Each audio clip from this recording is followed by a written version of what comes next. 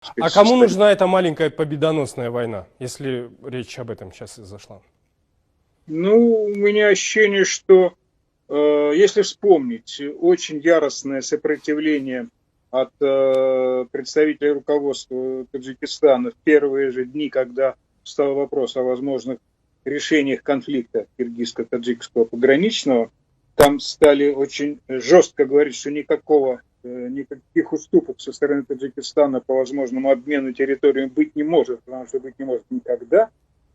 У меня такое ощущение, что почему-то, скорее всего, в Душанбе они очень хотят мирного решения, и нужно, так сказать, вот такими резкими волевыми военными способами как бы конфронтировать ситуацию, эскалировать ее, да? И показать решимость руководства действовать в интересах своего народа и вообще объединить этот народ вокруг бескомпромиссного, жесткого, так сказать, высокомобильного и высокопатриотичного руководства. Господин Дубнов, вот, вероятно, политики в состоянии на время прекратить стрельбу и кровопролитие, однако о полном разрешении конфликта речи пока не идет. Что нужно сделать, чтобы все проблемы на этой границе ушли в историю? У нас буквально полминуты.